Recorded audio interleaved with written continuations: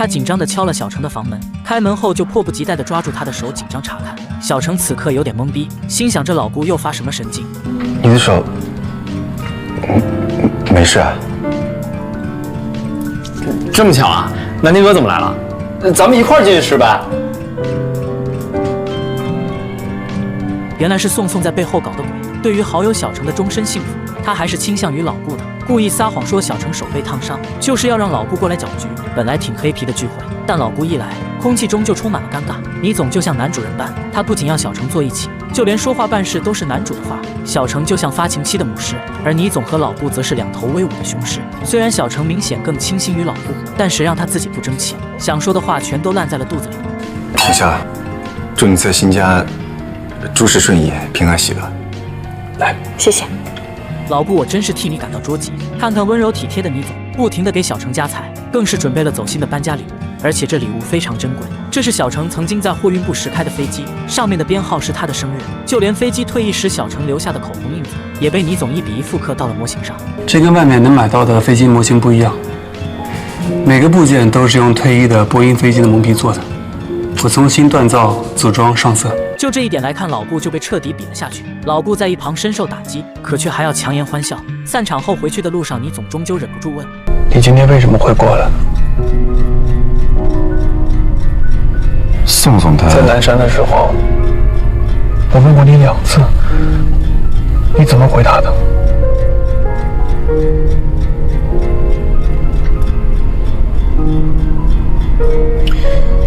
程潇是我的学员，我关心他就和你关系王帆是一样的。对于倪总的质问，他还是选择了逃避，藏了一肚子话，憋了一晚上的委屈。无奈的老顾选择把这心里话发给了曾经的小姨。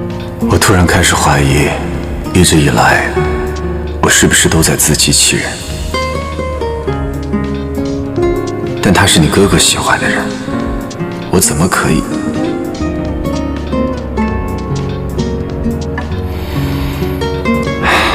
这些话，我没有人可以说。对不起。原来这就是他要逃避的理由。这段时间，宋宋可是帮了老顾不少忙，办事非常用心。其实我觉得你们俩挺配的，南丁哥看起来也不像是不喜欢你的样子。如果他喜欢还故意躲着，那不管什么原因，就是不够喜欢。那我干嘛要强人所难？小程有点心灰意冷了。从那之后，连续几个月他们都没再联系，甚至见面的机会都很少。因为小程今天飞叙利亚，老顾明天就飞索马里，时间和地点完美错开。现在的小程除了事业啥都不想，他下定决心要干出一番成就，其他东西只会影响他起飞速度和降落准度。而痴情的老顾就没那么想得开了，他每天最期待的事就是下班回去画小程的航线图。每想起小程就夜不能寐，每天皱着眉头想着他的小心事。这个老抠2P想占小程的便宜，却被一旁默默等候的老顾撞见，他立马冲上前一把推开老抠2P。是吧？你干什么你呀？南亭，这是咱们的孙董。孙总怎么了？误会了。哎，咱的车来了。老顾这次的霸道护妻实在太刚了。小程一脸懵地看着他，说不爱我的是你，奋力保护我的却还是你。倪总看着老顾牵着小程的手，直接就一把拉开。醉酒的他怨气爆发。你说你带他来吃饭，就是带他来应酬吗？我问你来干什么？你为什么带他来这儿？轮着你管吗？他不分手归你管吗？凭什么倪总你可以爱得那么坦荡，而自己却受尽委屈和折磨？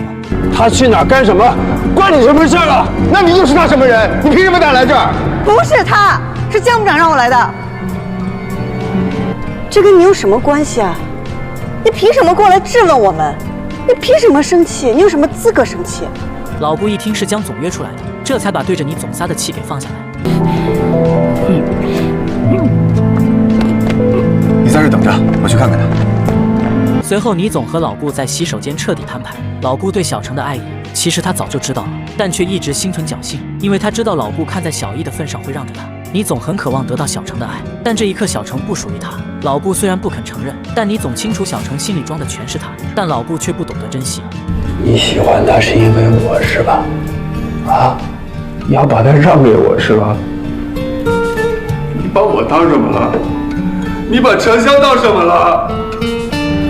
胡兰婷，你也太伟大了！站在门外的小程听到了所有对话，才知道老顾心底里的想法。原来这就是老顾要拒绝自己的原因。事后他还是忍不住要问个究竟。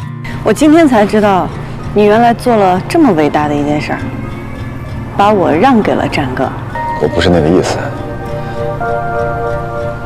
你本来也不属于我，我怎么可能？那是因为你拒绝了我。程潇，你很好，是我的问题。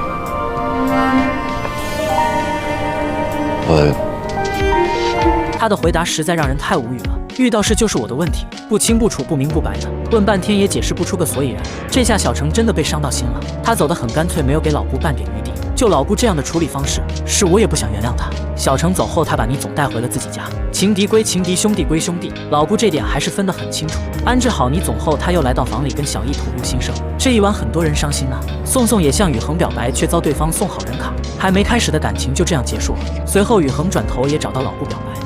其实我当时来应聘乘务员，就是为了能和你走近一点。结果又被老顾发了一张好人卡，从上学暗恋到现在一起共事表白，能争取的都争取了，卑微的爱得不到回应，宇恒也该放手了，因为最终他会是和倪总一样的结局。等不及的倪总也决定表白了。其实我战哥，你看我叫战哥我都叫习惯了，要是哪天换作叫倪总，你多别扭啊！短短的一段时间相处下来，倪总确实被小程深深的吸引了，但他也该要承受得了悲剧的结局。第二天一大早，程爸突然来找老顾。您是？我是程潇的父亲。哦，你好，叔叔。你好。来，去我办公室吧。好，谢谢。老顾对程爸可是敬爱有加，或许是爱屋及乌吧。而程爸找到老顾的目的，竟然是要劝小程换一个工作，原因是程妈10年前遭遇过一次空难，那次以后她就患上了应激障碍，对飞机充满了恐惧。而小程又执拗地选了航空专业当了飞行员，这也是导致他们母女感情不和的根源。老顾听后当即就拒绝了程爸。对不起，叔叔，这个忙我可能帮不了你。我可以想象，如果程潇失去这份工作，对于他来说，就像是整个世界的崩塌。这个穿西装的帅哥今天十分开心。对不起，顾部长，我今天换衣服的时候忘记把徽章拿下来了，我回去就写检查，保证以后下次注意。要是换做以前的老顾，他肯定就要火了，但今天的老顾没空去在意这些细节。你小子运气够好的呀！因为今天可是他竞选副总的日子，竞争者一共有3个：飞行部部长姜老头、机务部部长倪总以及老顾本人。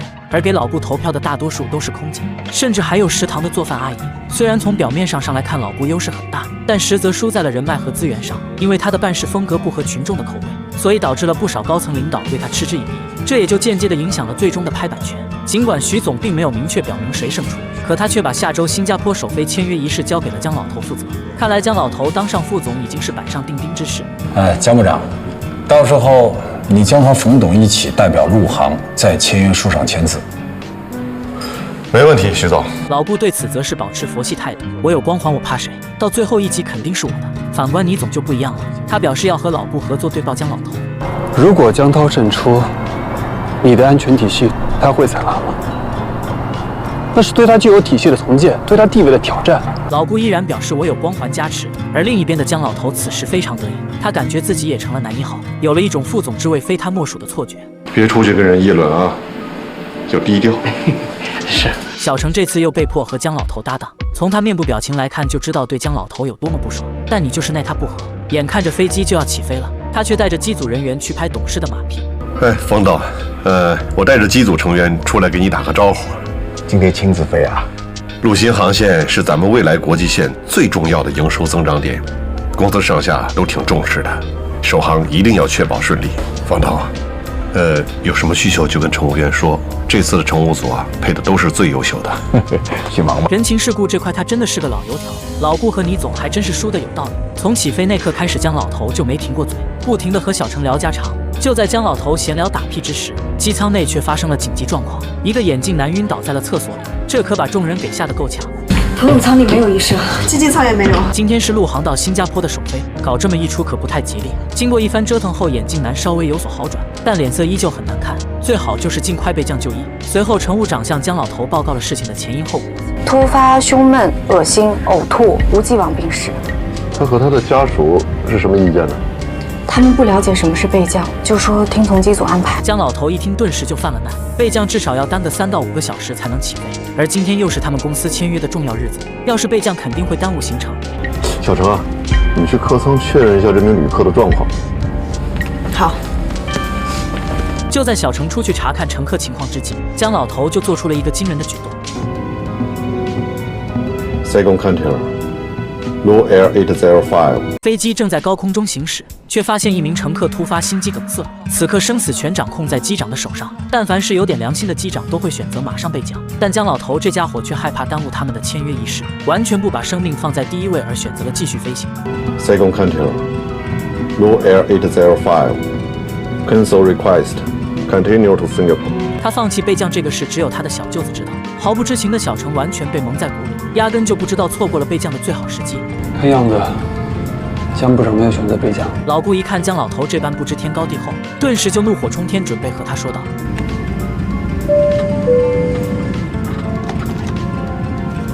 乘务长，姜部长，我是顾南天。我们现在备降还来得及。旅客看起来没事，但不代表真的没事。顾南天，你今天是飞机上的乘客。”你没有权利干预驾驶舱的事务。你现在擅自使用飞机上的通讯设备，我可以直接让空警控制你。今天的姜老头硬气得很，丝毫不给老顾面子，对了老顾一顿还不过瘾，转头又开始对小程：“我刚才让你出去了解病人的状况，谁让你去跟旅客商量飞行的事儿了？”因为在他眼里，小程这小丫头片子就是老顾的 CP。这急的姜老头还真的有点刚，老顾还是头一次在飞机上受气，可他暂时也拿姜老头没办法。不久之后，飞机总算是到达了樟宜机场。就在所有人都以为那名心肌梗塞的乘客没事了时，他却突然一口气没喘上来，当场断气了。这下子机舱彻底炸开了锅。宇恒一摸，颈部脉搏都消失，呼吸消失，失去意识，抬到前服务舱。慢点，接着我来，接着我来，来。小心小心！他们赶快把人抬到备餐区，持续给他做了几10分钟的心肺复苏。而驾驶室的姜老头也得知了客舱发生的事，瞬间怂了。这下事情闹大发了，搞不好就要身败名裂、官司缠身。医生，你在这儿守着，我出去看看。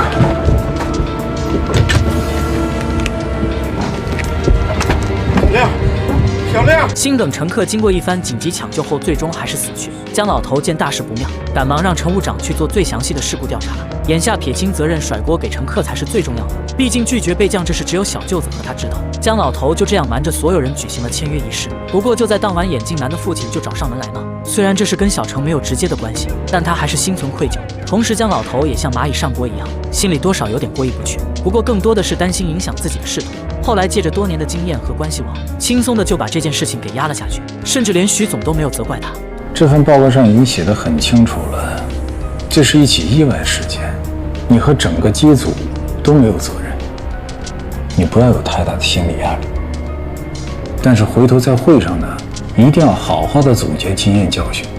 就在姜老头觉得这件事就此完结的时候，死者父亲带来了律师找到他。这么严重的事情岂能就此罢休？请来的律师也是有点料子的，知道这类型的纠纷不好解决，于是便商量着私了此事。可没想到姜老头还在态度强硬说事儿。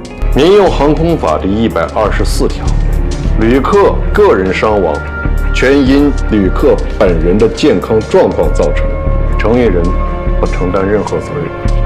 您是律师，应该很清楚。律师知道自己证据不足以说服，放下一句狠话后就走了，然后在航司门口帮大叔录了一个视频，之后冲上热搜，传遍了整个航空网。姜老头看到后差点没心脏病发作，这太可笑了啊！这不胡说八道！你说他是想干什么呀？啊，煽动民意，博取同情，是想讹一笔啊！这太滑稽了。这事很快就惊动了公司的安监部。姜老头知道事情彻底压不住了，于是赶紧找来小程，求他和自己保持一致口供。但小程却想都没想就拒绝了他。大叔的儿子死在了飞机上，他花光了所有的积蓄，带着律师来起诉姜老头，可对方的回复却让他感到无助。民用航空法第124条，旅客个人伤亡全因旅客本人的健康状况造成，承运人不承担任何责任。您是律师，应该很清楚啊。你们这是在耍赖！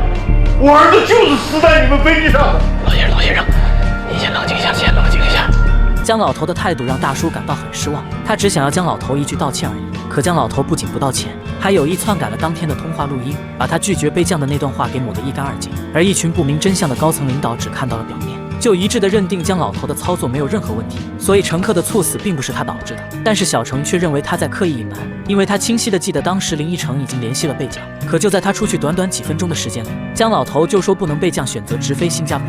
虽然他不清楚这几分钟到底出现了什么状况，但是他非常肯定绝对不是江老头所说那样。我中途的确是去了客舱了解旅客的情况，但是当我返回驾驶舱的时候，江机长可从来都没有提过塞贡机场跑道关闭的事情。尽管小程非常坚定自己的立场，可由于他缺乏证据，所以也拿江老头无可奈何。这一刻恐怕也只有老顾肯和他并肩战斗，毕竟大家都不想惹事。程潇，虽然他们俩还处在僵硬的关系中，但却一点也不影响老顾对他付出。我说了不想麻烦你，但是我实在不知道该跟谁说。只要是小程的事，他都会拼尽全力，甚至还独身一人跑到国外去找证据。可他不知道的是，老外早就被江老头买通了，早已备好了假证据。这一切江老头都是知情的。而另一边，死者的家属还在为儿子讨回公道的事情焦头烂额。混蛋律师把他们一辈子的积蓄骗个精光。这合同你看得懂吗？这律师你是哪找的吗？这心酸的场面谁见了都心痛。白发人送黑发人。此时此刻，门外的小程看见后心里五味杂陈，他不知道该怎么去安慰俩老。不过此刻他们现在需要的不是安慰，而是那迟迟不来的公道。所以小程在这一刻便决定，哪怕是和全路航的人为敌，或是因此会丢掉饭碗，他也一定要为可怜的两夫妻讨回公道。老顾知道小程做法后，想劝他不要冲动，可话到了嘴边却又憋了回去。这一次他只想默默地支持他，做一个安安静静的顾南亭。之后小程托宇恒找到了一名有正义感的律师，对方愿意无偿帮助大叔打官司，可律师却告诉小程，如果想要打赢官司，那么就必须要他站出来指证。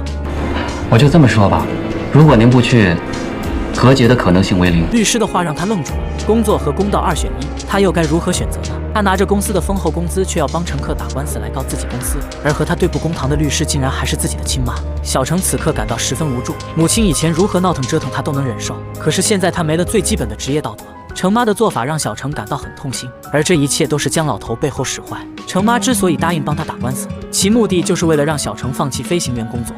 我自荐成为你们的代理律师，不收代理费。为什么呀？以我对我女儿的了解，她很可能头脑一发热，成为原告的证人。如果我成为你们的代理律师的话，至少在心理上可以让陈潇乱了阵脚，这样对你们是绝对有利的。两人一拍即合。程妈是律师界的超级老油条，一开始就拿出了咄咄逼人的气势，很明确地表示陆航只愿意给人道主义赔偿，但前提是只能私了。而大叔则表示钱他可以不要，但江老头必须向他儿子公开道歉。双方的意见不能统一，顿时就僵持不下。不过经验丰富的程妈却抓住了对方的漏洞，直接就把责任给划分到了死者身上。这是近1年来郭先生在医院的就诊报告，他一直以来就有失眠、焦虑、心绞痛、心律不齐等症状。还有，这是他去世前1周在8个工作群里的工作谈话。郭先生呢是24小时工作待命。所有证据呢都显示，郭先生的忽然死亡是由于长期高负荷的工作引发的。刘律师，我认为贵方不应该追责陆航和江机长，而是郭先生的用人代问才对。小程的律师也不是吃素的，当即就把矛头指向江老头篡改飞行录音。可是他们暂时也拿不出有效的证据，所以这并不能作为有效依据。最终双方不欢而散。事后小程又和母亲大吵了一架，他就搞不懂母亲居然会为了逼他放弃梦想，做出这样一件有违职业精神的事。母女2人不互相让。我再说一遍，不可能！你这么做无非就是满足自己的控制欲。你把我当什么了？我是你的亲生女儿，不是你的私有财产。我不让你当飞行员了，不让你飞了，这个事情有那么难吗？我是你的妈妈，我能害你吗？我不明白了。我这么喜欢这个职业，你难道看不出来吗？小程这次的行为导致自己与整个陆航为敌，都觉得他是一个养不熟的白眼狼。公司花费大量人力物力来培养自己，可现在却帮着外人来告公司。而姜老头为了逼他妥协，居然直接利用权力让小程无限期停飞。为安全起见，我会让机组资源处停掉你所有的航班。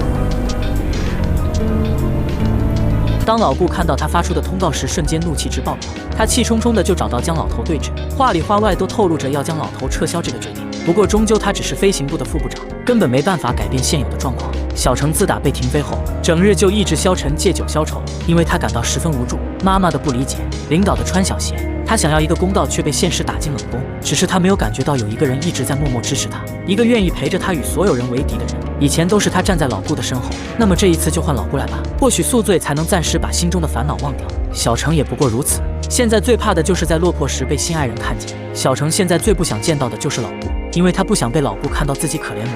老顾全程没有说一句让他放弃的话，因为他比谁都清楚小程有多么喜欢他的工作，这中间又经受了什么样的苦。他为了一个毫无关系的旅客，为了帮他们找回公道，导致现在遭受所有人的抛弃。老顾看着双眼通红的小程，心里是既心疼又无奈。他背着烂醉如泥的小程回到家里，正当他想离开时，小程却一把搂住了他的脖子。